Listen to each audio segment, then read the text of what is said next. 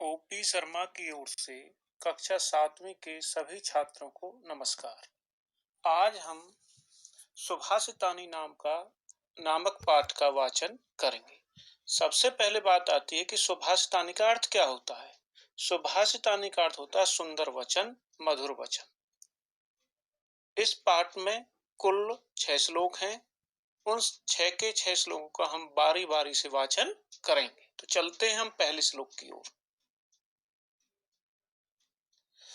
पृथिव्यां त्रीणि रत्नानि जल अन्नम सुभाषितम मूढ़ै पाषाण खंडेषु रत्न संज्ञा विधीयते।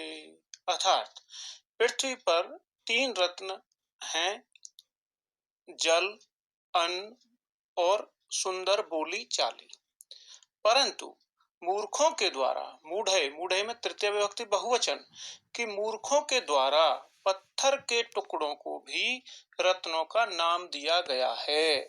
पाषाण खंडेषु माने पत्थर के टुकड़े, रत्न संज्ञा रत्नों का नाम, विधीयते माने दिया गया है।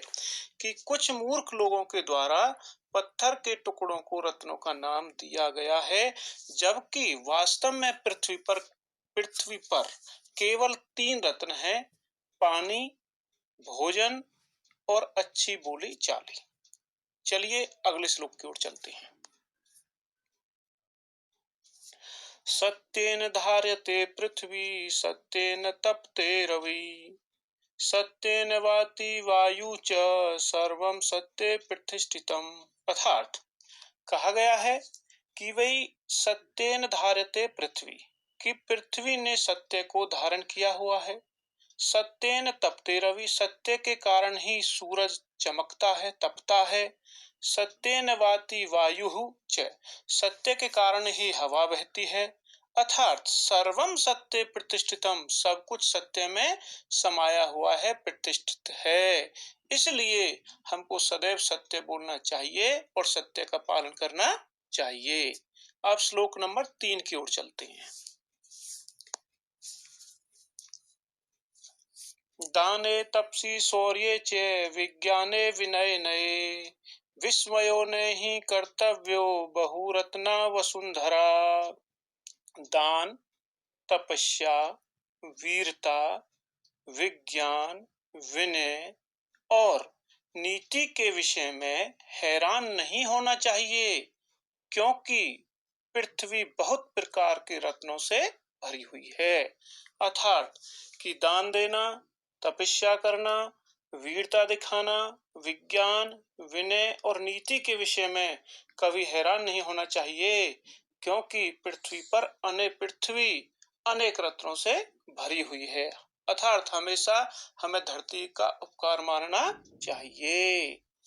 श्लोक नंबर 4 की ओर चलते हैं। अब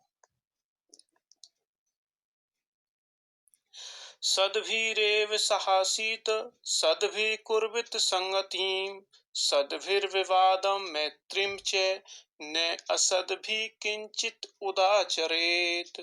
कहा गया है कि हमको हमेशा सज्जन साधु लोगों के साथ ही रहना चाहिए, उन्हीं से मित्रता करनी चाहिए, उन्हीं की संगति में रहना चाहिए।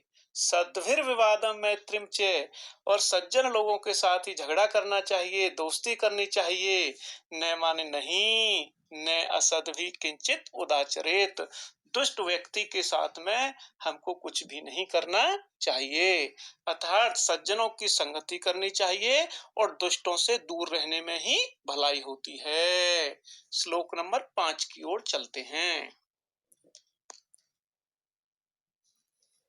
धन धान्य प्रयोगेषु विद्या संग्रहेषु च आहारे व्यवहारे च त्यक्त लज्जः सुखी भवेत।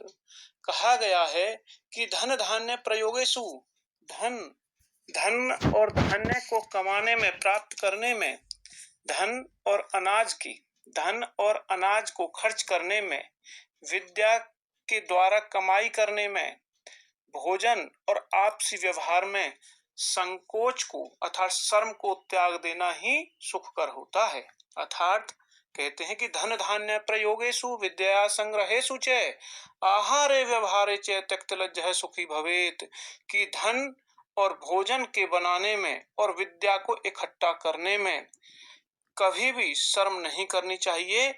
जो व्यक्ति इनको प्राप्त करने में, इनको किसको, धन को, भोजन को, विद्या को, व्यवहार को, इनमें जो शर्म त्याग देता है, छोड़ देता है, वह व्यक्ति जीवन भर सुखी होता है। अब श्लोक नंबर 6 की ओर चलते हैं।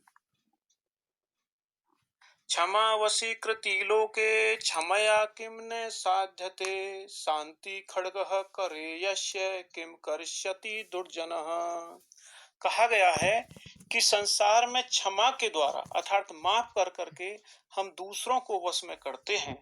ऐसा कौन सा कार्य है जो क्षमा से नहीं हो सकता, अर्थात हम माफ करके हम सभी झंझटों से मुक्ति प्राप्त कर सकते हैं। जिनके हाथ में शांति रूपी तलवार होती है, उनका दुष्ट भी कुछ नहीं करना चाहिए। अर्थात हमेशा सदैव हमें शांति पूर्वक रहना चाहिए, शांति का पालन करना चाहिए, कभी भी किसी के साथ में द्वेष नहीं रखना चाहिए और सभी को माफ करते रहना चाहिए। आज के लिए बस इतना ही। आप सभी का बहुत बहुत धन्यवाद। लेकिन ये श्लोक आपको नोटबुक में नहीं लिखने हैं, केवल इनको याद करना है। इनको याद करना है, नोटबुक में नहीं लिखना है। आपका बहुत बहुत धन्यवाद।